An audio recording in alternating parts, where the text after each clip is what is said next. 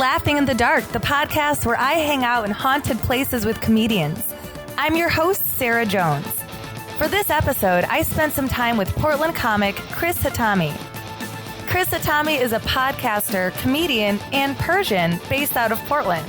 He tells jokes all over the West Coast and has performed at Portland Podcast Festival, Undertow Comedy Festival, and Rose City Comic Con. He hosts a podcast of his own called Spec Script, where a funny person writes an episode of a TV show that they've never seen. It's great. You should definitely check it out. Chris Khatami and I have a pretty interesting episode. I found a ghost story that I thought was fascinating about the Interstate Bridge connecting Portland, Oregon to Vancouver, Washington. However, this presented a bit of a practical problem when it came to recording the actual podcast. The best thing to do was to find an open parking lot overlooking the bridge directly.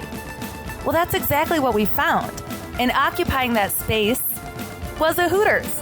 So naturally, we decided to record our episode at Hooters. It just felt right.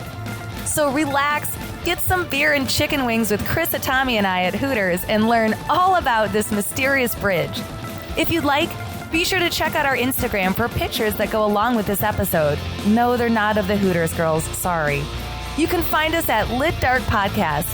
That's at LITDARK Podcast. Here's the episode. I hope you have fun.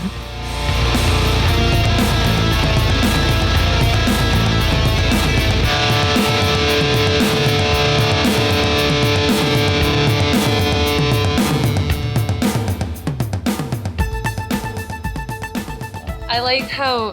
Should have gotten this wine heated up. So for listeners, we are outside of the I-5 bridge, which is where this episode takes place.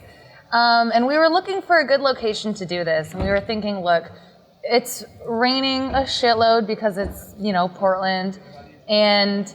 More like downpour. Yeah. Exactly right. And so we were looking for a place to record this, and we thought, what's right next to the I-5 bridge? Hooters. So we're at Hooters right now. Shout out to Hooters. And we are sitting outside on a covered patio, and we have our drinks. We got some food, because we've heard that it's illegal to not get wings if you go to Hooters. Yeah. That's, I think, illegal. Punishable by death. Yeah. 2 in the back of the head. We're put up against the firing wall. Exactly, yeah. So... we didn't want to risk that, so we definitely got some food. Mm-hmm. And actually, our guys next to us are taking a picture with their server, which is so sweet. Just to prove they've been here. Yeah. Yeah, good for them. Yeah. They're definitely getting laid. With each other, hopefully. Hopefully, yeah. It's going to be a cute date to do. I just no, we're gay. Yeah, yeah. This is not something we're interested in at all. Yeah, we just like the pageantry of Hooters. We just actually really respect it is pageantry. You're right. It is. There's an entire... I love Hooters. I'm not going to lie. This is really fun. I've never been. I had never been here either, but I love the concept, and now I feel like I could be a part of it, and I like it's monumental. I like all the articles about how millennials are killing Hooters. I've seen those. Yeah, but That's true. We're the same age, basically. We are millennials, and we are at Hooters right now. So actually, Hooters is paying for this episode. Yeah. This is... This episode is not brought to you by a mattress company or a men's health company or Make no mistake, this episode is brought to you by Hooters US. Hey, Sarah, have you ever been out and wondering, where can I find a good place to get wings at a reasonable price? All the time. Mm-hmm. And then I think, but where can I get wings and a reasonably priced glass of wine? Oh, $3.99 Sutter Home full glass of wine? Well, unbelievable. Where do you get this amazing deal? You might ask, who should I ask? And that who is Who should I ask? Hooters. Hooters, the family-friendly establishment brought to you by, I don't know. Who established Hooters? Right. By 90s, capitalist booms. I don't know. When did Hooters start? Should we get into it? Yeah. This episode of Laughing in the Dark is about the scary history of Welcome to Laughing Hooters. in the Dark. Let's take a look at the history of Hooters. I want to, find the About Us section of their website. I can check Wikipedia also. Original Hooters. Ooh. Several years ago, while playing Parcheesi at the Home for the Visually Offensive, several semi-intellectual Clearwater businessmen had a sudden urge for the smell of rough sawn lumber and or the taste of buffalo-style chicken wings. What? Knowing full well that they couldn't agree on anything as a group, nor could they get a weekend pass from the home to go to Buffalo, they decided to embark upon a major undertaking. They would open a place in Clearwater where other people of their caliber could gather and quench their thirst for the finer things in life. It would go down in history. Their venture, however, got off to a slow start. Blah, blah, blah, blah, blah. Anyway, the end product is what you see around you, so please sit back and enjoy yourself. If there's anything special you require, please ask, within reason, of course. That means don't ask to fuck the waitresses. That's not what they're here for. Yeah. So, I was looking at the, the Wikipedia, they said it was, 1983. So, ooh. Thank you. Thank you. You're Oh, the best. thank you. Ooh, thank you. Is that what you ordered? Yes, this is what we ordered. Okay. I realized we are monsters now because we get decided to sit. Oh, I can run and grab napkins. Okay, cool. But we decided to. Yeah, please.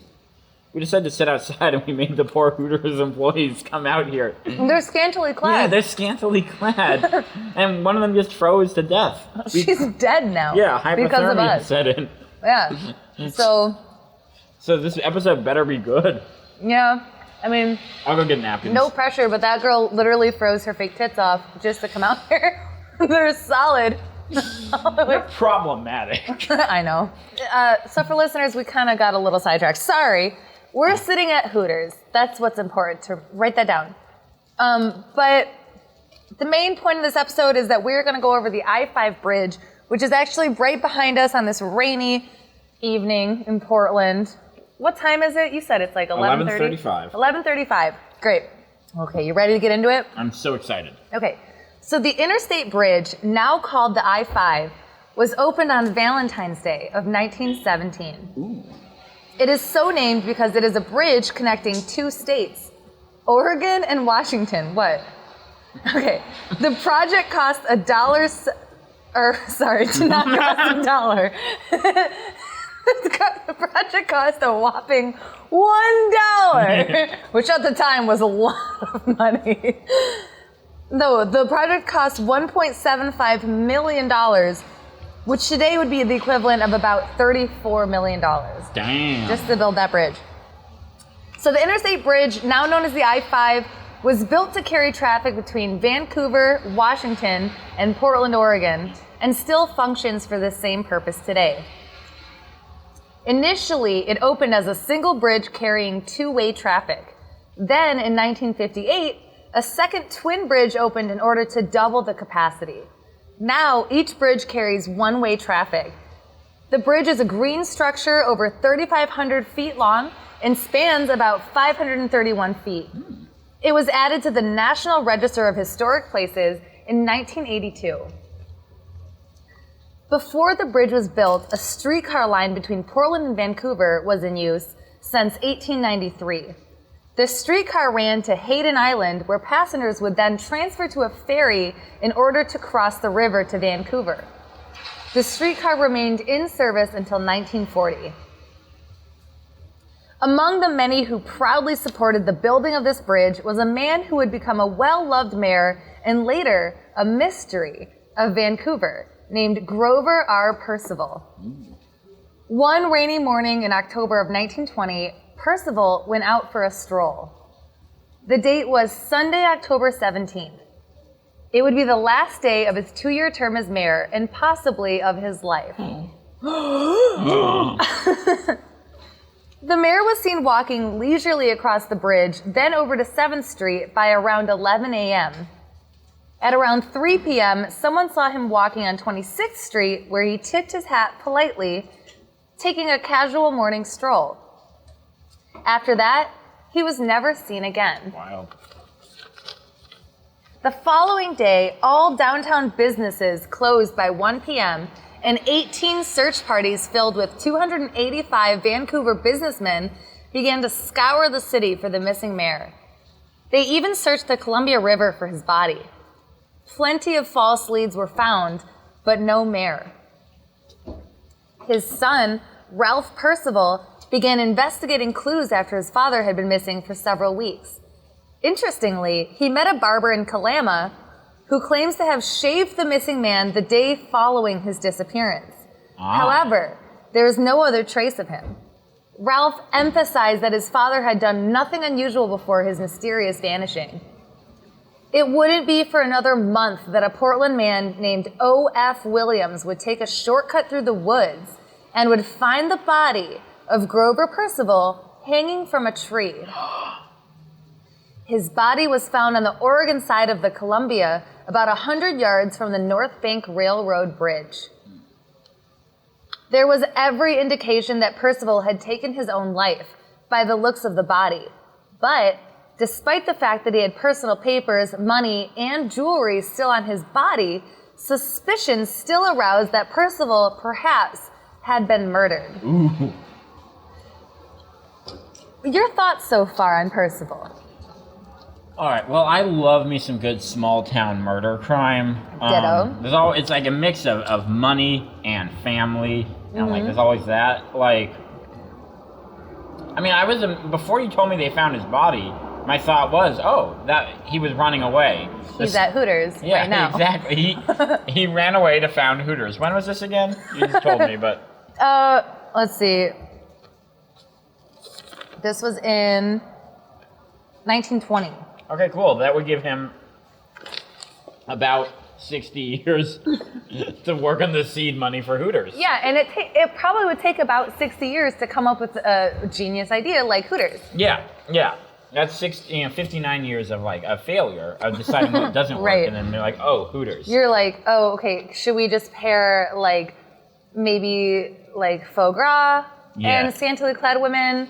Yeah. I don't know. Exactly. And then maybe it's a soup company, like soup, scantily clad women. That doesn't work. Probably bought a bunch of elk once and was like, it's going to 60 be years elk. later, he was like, chicken fucking wings. Chicken wings. Hooters. Yeah, I mean, so I definitely was into the idea of him running away from life stresses. Also, I relate to that. Yes. Like faking your own death. Yeah. I mean, which you can't really do anymore. No. Like, you used to be able to go to Alaska and fake your own death and then die in Alaska on a crab boat. But now, like, facial recognition, Instagram, people you may know, like, you can't escape anything. No one can fake their own death anymore. It sucks. I mean, can you? I mean, now it kind of just sounds like a challenge. We can try. Do you want to do it right now? Yeah, let's do it. Oh no, we're dead. Oh my God, Chris died. Oh, well, hi, my name is Nick. Percival. My name It's me, Percival. Percival Hooters. I founded a restaurant called Hooters. You might know me. You might know me from this local family-friendly restaurant that serves wings. Applebee's. My namesake. But yeah. The old switcheroo. I know. I'm subversive in comedy. I'm the Bill Maher of Portland comedy. You know, like I'm really edgy. Yeah. Yeah, but no, I've been doing some tour stuff recently and other stuff with my show, and it's basically like I love it. I'm fulfilled, but then half the time I'm like, what if I just ran away and like started and welding? died. Yeah, if I started welding in the Idaho wilderness and just was like, this is my property. I make metal sculptures of deer. You like haven't seen another living human in like 40 years. Yeah, I have like a pig that I love, like not like in an intimate way. Like but sexually? No, of course you'd say that. No, this pig is my friend. This pig is family. You're right. You're no pig fucker. What am I? A celebrity? I don't know. English president? You're better than a pig fucker. I'm better than damn it? Now I'm David Cameron. That was the joke. What am I, David Cameron? Are you talking about Black Mirror? Well, that was based on the David Cameron stuff. That was a real thing? Yeah, like rich people do all these rich people like rituals they do. Pig fucking. Like they put their like they fuck corpses of pigs. What? Shut up. Are you serious? Well, it's like, you know, Skull and Bones. They like if you like so Skull and Bones. You know Skull and Bones. It's the Yale Student Association of like uber rich, powerful people who will one day be president. George W. Bush and George H.W. Bush, John Kerry, they were in it. Okay, I know that they go to like the what's that like? There's like a club that they all meet at, and yeah, some the Bohemian Grove. Bohemian Grove. I was gonna say Comic Ping Pong. Yeah, but, they all go to Comic Ping Pong. They're all pizza know daters. Those motherfuckers that all go to Comic Ping Pong. No, but in Skull and Bones, they do this whole ritual thing. Yeah, I've been worried about eating on mic. Okay. Nah, whatever. Sorry. Some people hate this. Some people, Randy, the freaks love it. Will you cut out us eating? Yeah, will you keep all this gold talking, but cut out the chewing? Oh, jerk is good. You were right. Let me chew, and then I'm going to Yeah, let's chew this. Randy, just cut this part out. Chill out. Sorry. Randy, I love you. Keep this part in and double it. Randy, play this on loop for a full hour. Yeah, make this the next 5 episodes. This part right now. And then release it every single day for 2 weeks at the same time. Release it on your other podcast platforms for all the other shows you do too. Alright. Yeah, make sure, like, What's More Metal is just us chewing for like 2 months. Yeah. I'm gonna stop chewing and I'm gonna talk more about Skull and Bones. There's more, Alright. And Randy, I swear to God, I will never eat on another episode again. But this is really good. Hooters has really good wings. Yeah. They're really good. Like, I thought it was a myth. Yeah, do you think, like, they would be down to, like, sponsor your show and change the name to Booters?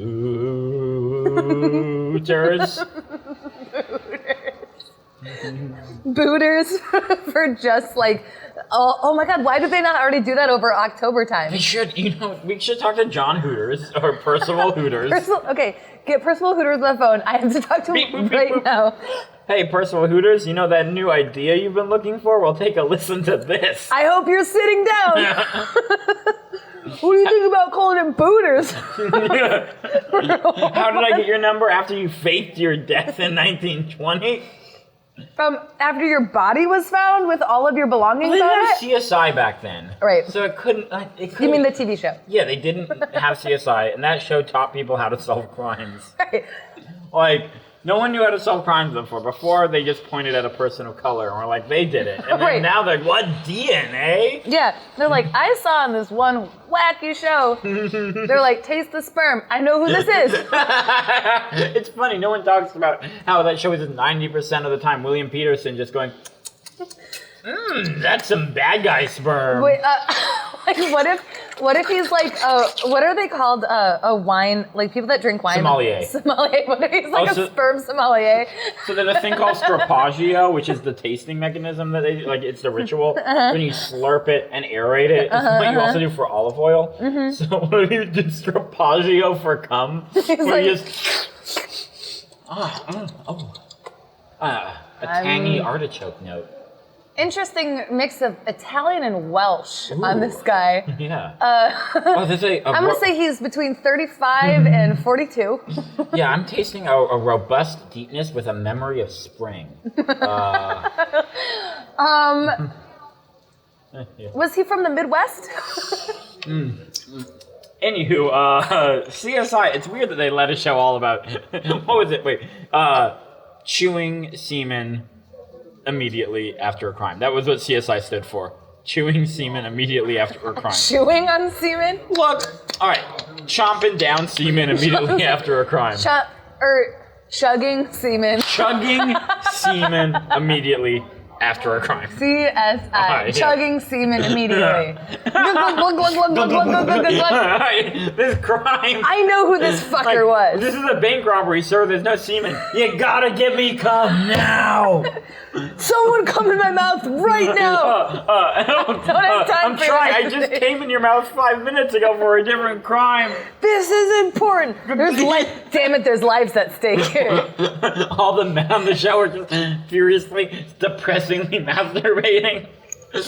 Crying. I just want to solve crimes. Yeah. It's weird that this is how we do it, but everyone accepts this as reality. It's like Monk, like they don't know how he does it, but it's just like amazing, so they just let him get away with like his the crazy Monk methods. crossover would be terrible, because he would be like, hey. He wouldn't be able to handle how messy it was. Yeah, exactly. Alright, so the point is, speaking of jizzing and cum, in Skull and Bones, the rumored ritual is that you get in a coffin that has a skeleton in it that might be Geronimo's because they're racist and they're monsters. Wait, who's Geronimo? Geronimo? The Native American freedom fighter. He was an Apache cool dude, killed a lot of Americans. good, cool dudes, eventually defeated by the American machine because, nothing stops that evil empire that we are. But Geronimo was really cool. And I think Skull and Bones, has his skeleton because Yale is disgusting, I think. The point is, to be initiated into Skull and Bones, you lie in a sarcophagus. This is the rumor. Or you lie in a coffin with a skeleton as you masturbate. As you masturbate? Talking about your sexual history. Okay. As everyone else in Skull and Bones masturbates onto you. They're all men. Onto the coffin? No, onto you. The coffin's open. Okay. So you're just naked getting covered in, the jizz of future presidents and future failed presidents as you are giving them blackmail material. That's all, every elite circle is just a bunch of, blackmail material that all the elites have. That's the whole Jeffrey Epstein stuff. Now, if you could get to Jeffrey Epstein's island, that would be a screep. Never mind. Jeffrey Epstein's a famous pedophile who had an island. We can cut this part out. He has an island? He had an island. Well, I don't know if he still has his pedophile What happened to the island? Well, I assume, he's in jail The island is underwater. Yeah, the island, It's in Atlantis. Ben turned a magical wheel, and it teleported the island outside of space and time. Oh. So we need to get everyone who was on the plane back there. Okay. Anyway. It's like a Bernstein Bears, those of us who spell it the right way have to all go back. I'm kind of disappointed they found the body, although now I'm getting more and more inclined to think, it was a week after they found the body? Okay, so it was a month. A month. There's no way they could identify the body in 1920 a month after. That's a good point. Think about it. If you're the mayor, you have no, it's because he had his stuff on him. Yeah, but hear me out. His belongings. Yeah. Look, he had it when he faked his death, too. So if you're the mayor, you have access to all the corpses. I assume. You have all in the morgues. You at home. Everyone knows that morgues are located in the mayoral home. Just in the study. Mayor's always I gotta go home and feed the corpses. Where do I put all these corpses? Yeah, I gotta feed them. Yeah, you have to make sure they get well fed. You take them to the vet. Yeah. No, but here for real. If you're, I don't mean that he has access to all of them like that, but he is the leader of the city. He is the most powerful person in the city. In 1920, when the corruption was rampant, this is right before the Great Depression. Unlike now. Yeah, unlike now where law works and justice is great and everything is good and people should just stop complaining. That's what we agree on, right?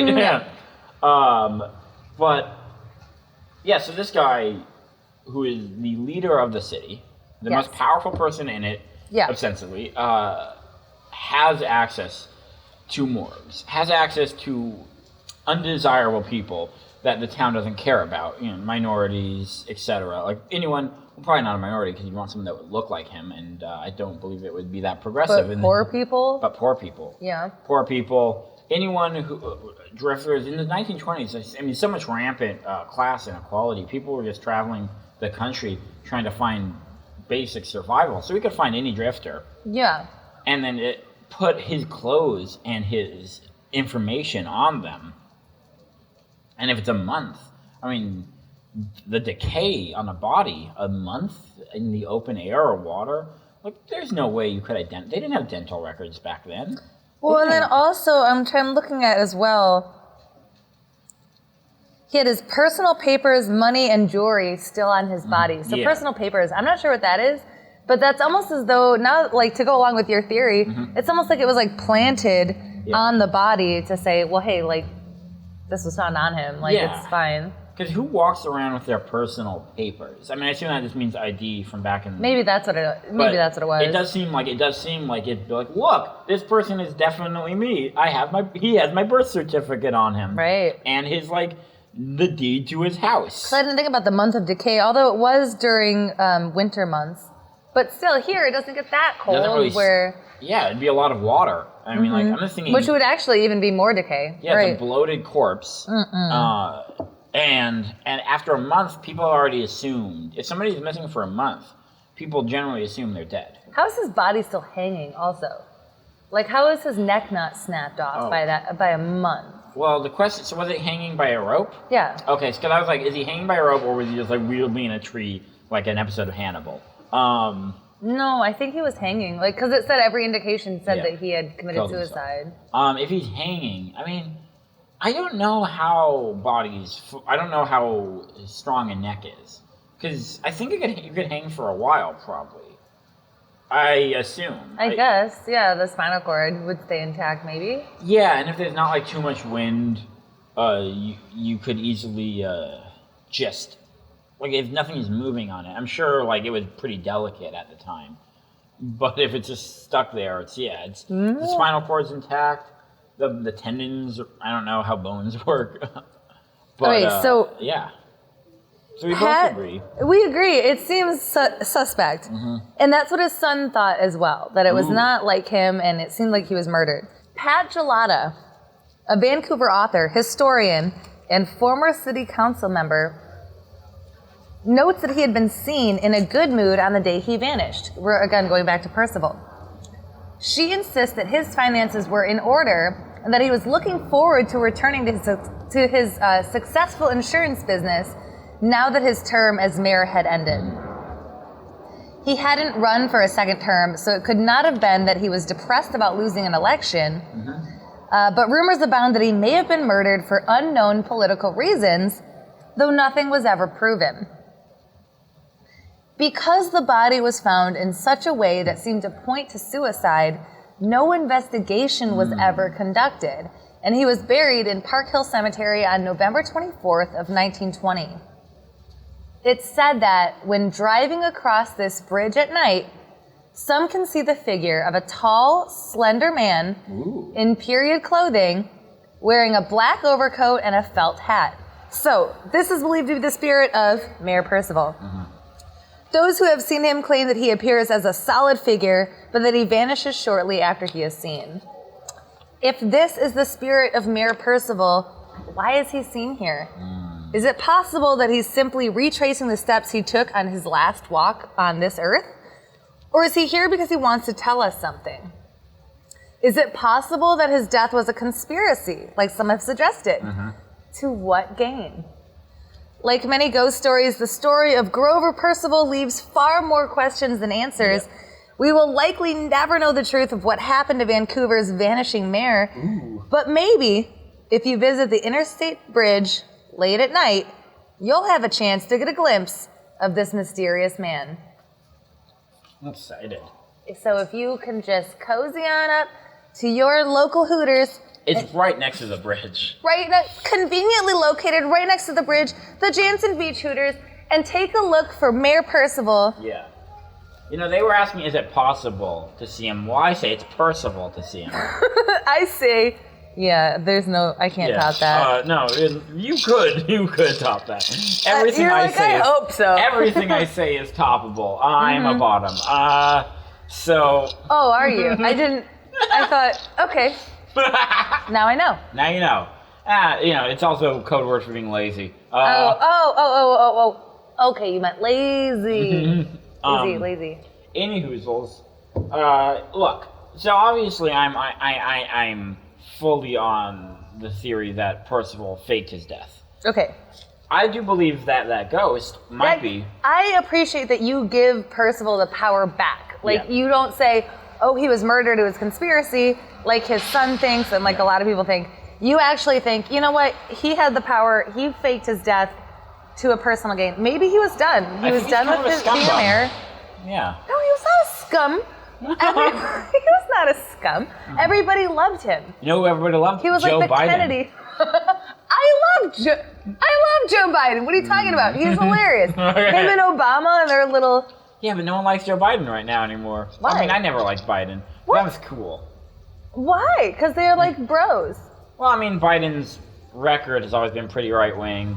I mean, the Anita Hill hearing where he actively kept other women from testifying and was pretty harsh to Anita Hill. Biden is like a cool bro to his bros. Oh. I don't mean to get political on this. Yeah, because I'm like really bad at politics, but I love the memes. Right now. Really? Oh, because Biden does this thing where he massages women all the time and then smells their hair. What? Like he's just like, I'm just like... Those lucky women. No, I'm just kidding. Well, some people are saying that, but other people are saying it's kind of bad. Yeah, holy Because shit. it's an inappropriate thing and it doesn't look good. Right. It's a bad look. Is he here? Yeah, Joe Hooters? Biden is actually coming up right behind you right now. I'm such a big fan. Please give me a massage. Yeah, I mean, My shoulders are killing me. yeah, he shouldn't run for president. He should just open a massage parlor. Yeah, and then he Joe can Biden, Missy's like, hey. Yeah, hey, I give you a massage. I talk about trains, and let I'm me gonna smell that smell your hair, hair. boo-boo. Yeah, you sign a form. No, bad Biden. The point is, everybody liking a person doesn't mean they're a good person. Right. There are a lot of people. Nah, I don't want to. Like everyone likes Kanye West. Yeah, exactly. Hey, you know who everyone likes? Speaking of politics, and me saying I wasn't going to be political, is everyone liked Donald Trump in a way, in like Hollywood. They all liked him because he was someone they could make fun of and goof around with, and he had a lot of money. He was rich, yeah. Yeah, and he was a fun character. Everyone liked him, and that's why he was able to be normalized, and no one ever pressed him on any of the corrupt stuff or the fact that he was a sexual criminal monster. Like, none of that. Yeah. Because people liked him. People like bad people. Bryan Singer has the hottest parties in Hollywood to a certain crowd of people, and those parties are bad. Oh, isn't that gross? Don't you hate it that, like, that's another example of just there's no justice in this world. Like, the fact that anyone would support someone else who is just a piece of shit. Yeah. Like, ever. At any capacity. I'm glad that comedy doesn't do that. Fuck! That's not true. I'm glad there's no one bad in comedy that we have enabled and allowed to do. My gullible ass. I was like, what the fuck is wrong with you? Excuse me, sir. I was like, comedy sit down. You're already sitting. There were actually a lot of predators in comedy. Actually, now that you say that. That's the really spookiest thing, is that no community is safe. Right. But it's true, and honestly, also like the fact that like these really bad people are also really narcissistic, and that's what makes them successful. Yeah, that is what drives me insane. Like I can't believe. I mean, actually, Trump is a really good example of someone who is just his head is shoved so far up his own ass that like it's obvious to anyone who sees him for 3 seconds. I don't even like politics, and I fucking hate this guy, and it's obvious to anyone. But you know. He's successful because, I don't know, he's enigmatic? Is that what it is? Like, people are drawn to, like, his caricature? I do think there is a thing about confidence that breaks a lot of people. That the more confident you are about BS or anything, the more people just accept it. Yeah. So you look at all these people, they're who are just successful for no reason. And you find out it was just that they basically kept on saying, I'm successful, I'm cool. And then people just accepted it because no one wanted to challenge that. Right. Well, okay. Much like Mayor Percival, probably. Well, no, Mayor Percival, I'm pretty sure was the shit. I think he's like the Kennedy of Vancouver, Washington. I mean, so you're pro purse. I'm anti-purse. Are you really? Yeah. I thought he was like cool. Like everyone loved him. My thing in my head is that, because I've decided 100% that he's like the Obama of Vancouver, Washington. Yeah, so he, I mean, okay, look, we all like Obama. Obama didn't do anything bad, but... Okay, Obama is everyone's friend, But oh no, I really want to say really quick, devil's advocate on what you were just saying. Oh, yeah. So you were just saying that we were just talking about like narcissistic people who make it, but it's really because they kind of fake it till they make it. And they just tell everyone, oh, I'm a big deal. And then they believe it and they buy it. Well, devil's advocate of that, that's how this podcast that you're listening to right now got successful. The reason this podcast is successful is because I was consistent. Yep. And I continued to make connections and point to people and say, oh, look, yeah, I have merch, I have a website, I have this and that. But I'm really just recording out of my bedroom with people I meet at a local stand-up show. Yeah, at a bar. Sorry, dude. There's a guy who's on a long walk next to us. Mayor Percival? I would know that felt cap anywhere. And then he fades into nothing. Just as soon as we saw him and he was gone. No, I know what you mean. But yeah, that's how you do anything successful in entertainment, is really just being like, I think it's a big deal, so I'm going to just tell everyone about it, and eventually it is a big deal. It's my start in comedy wasn't doing shows. It was actually producing shows for a moderately defunct sketch comedy thing that doesn't really exist anymore. But I was so nervous and so intimidated by the talented people around is that I always kind of felt I had to put my resume forward. And my resume sounded professional and bigger. So people thought I was a bigger deal than I was. Right. And you fake it till you make it. But some people suck when they do that. And some people, like us, are the best. Yeah. You have us, the top, probably the cream of the crop. Yeah, the two best. The best around. The best babies. That's us. The Everyone best calls babies. us that. It's like I wish we could drop that name, but I know, people are always like, "Aren't you one of the best babies?" And I'm like, "That's right." Sometimes I wear sunglasses and my hoodie up. I hope no one notices. It's and they're like, oh my I would God. recognize those baby cheeks anyway. Yeah, one of the two best babies. Where's Sarah? And you're like, I don't know. Fuck. Yeah, probably doing a presentation. Okay, let's let all our listeners in on our inside joke about the presentation. Inside joke. Okay, so if you are recently joining this show, this is kind of how it goes, where we get into the ghost story and then we also just like divert into a totally different topic. So welcome to Laughing in the Dark. I hope you're having fun. So here is a really fun inside joke story between me and Chris. Yeah. We were performing at the Portland Podcast Festival. Great event. An awesome event. Yeah. We were both very honored to be a part of. Yeah. And it's a 2-night festival. Yeah. So the first night was when Laughing in the Dark was featured, and me and another very funny local comic named Noriko Ott did a presentation. And this will make sense later. Yeah. But I put together a live show.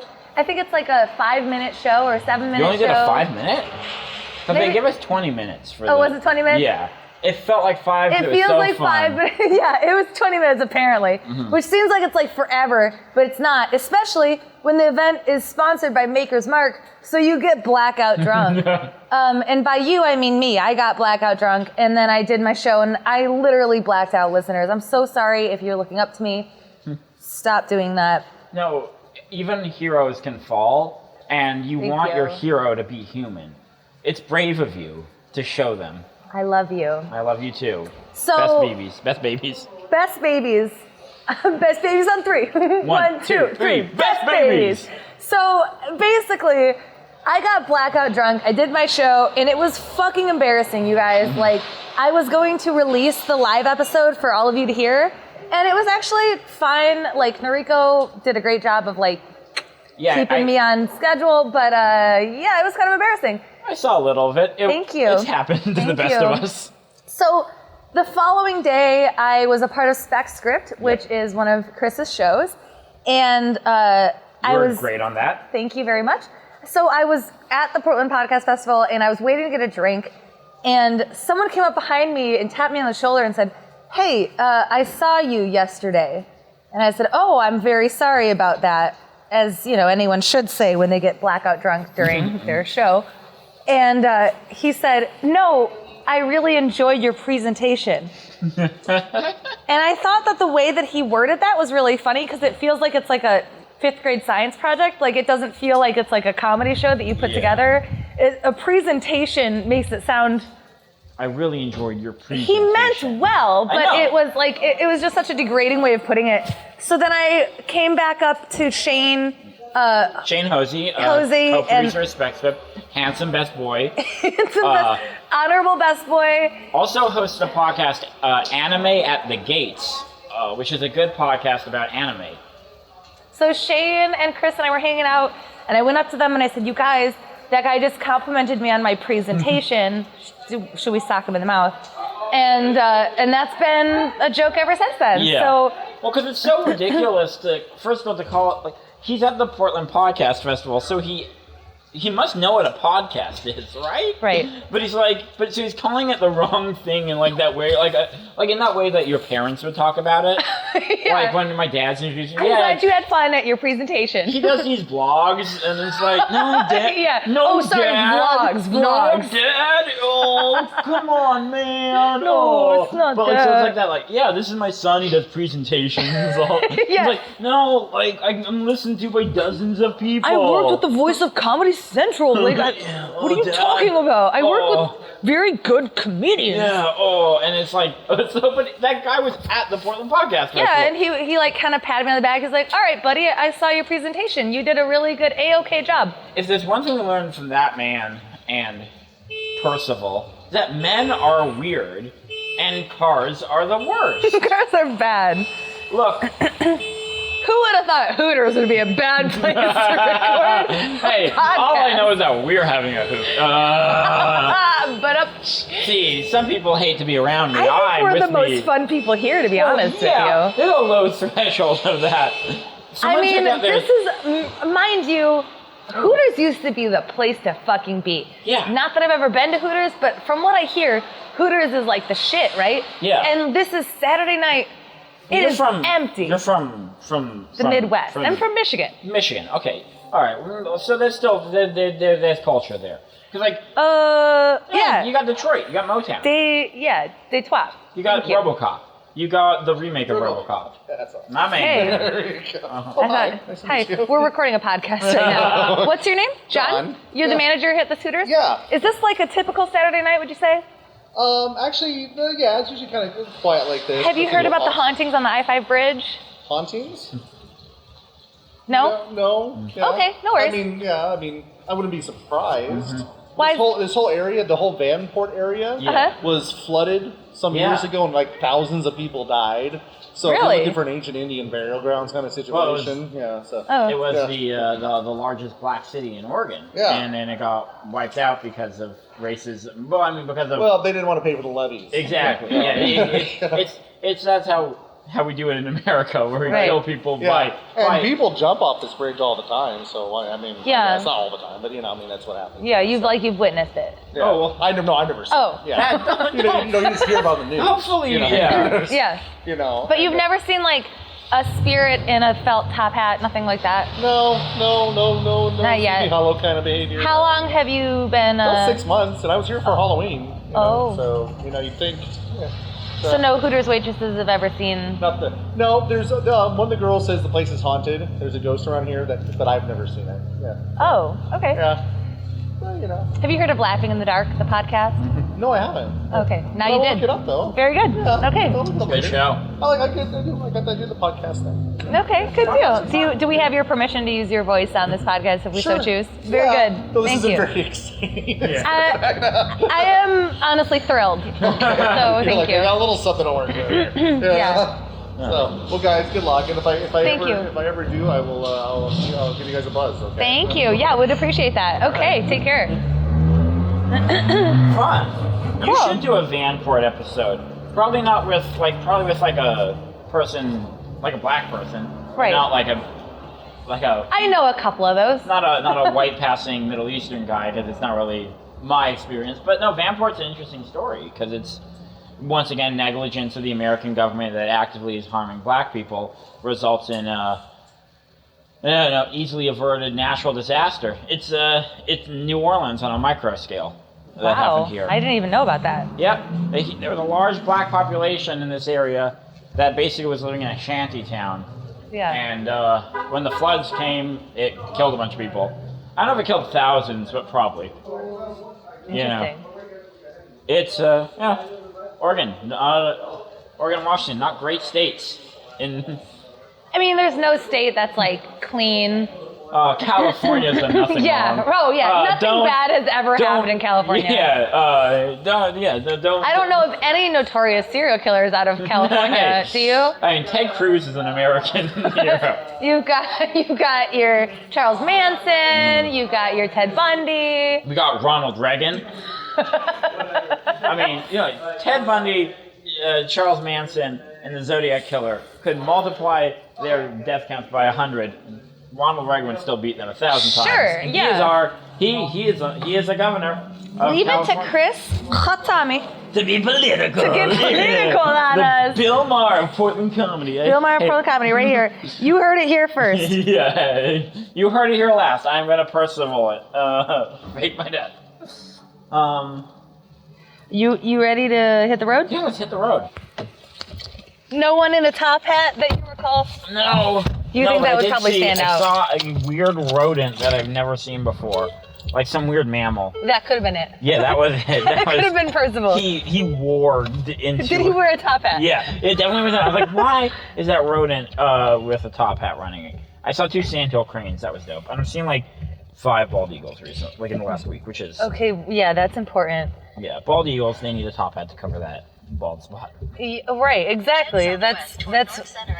Everyone knows that. Well, so, I've had a blast. I've had a blast too. And for listeners, if you are in the Portland, Vancouver area and you are driving on I-5, make sure you keep an eye out for Percival, our man, our dude. Hell, don't just keep an eye out. Keep an I-5 out.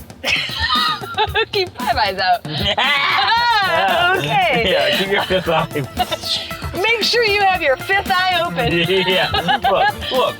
Here's our welcome to our seminar. You hear a lot about opening your 3rd eye, but what about your 4th? And hear me out.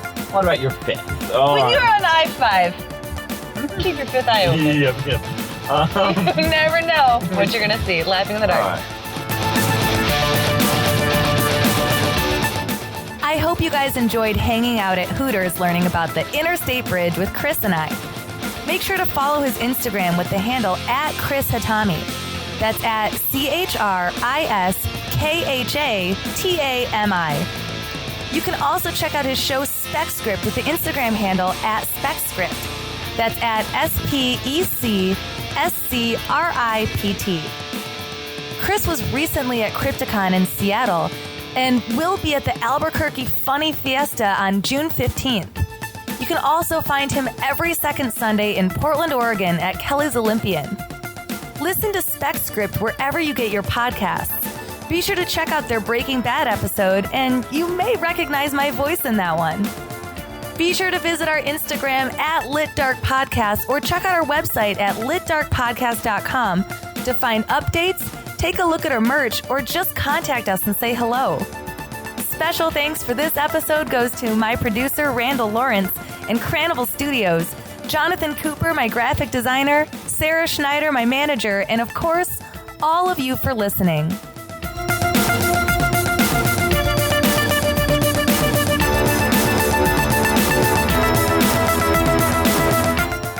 Sources used for episode 8 of Laughing in the Dark include the Columbian blog and newspaper, the Washington Secretary of State blog, and Wikipedia. Laughing in the Dark is brought to you in part by Heck Yeah Studio. Heck Yeah Studio is a creative effort working with people to create meaningful things. At Heck Yeah Studio, they work with clients to turn their ideas or existing brands into real or better versions. Heck Yeah Studio is the place to go for custom illustration for a full range of branding services, like killer logos, great colors and typography, and fun illustrations for pins, signs, prints, shirts, vehicles, posters, or anything you can imagine. At Heck Yeah Studio, they work with love. Their dream client is someone who is passionate about what they do. At Laughing in the Dark, Heck Yeah Studio has designed our logo, all of our merch, and any posters or stickers that we have. I am so proud and lucky to work with such an awesome company, and I could not recommend them higher.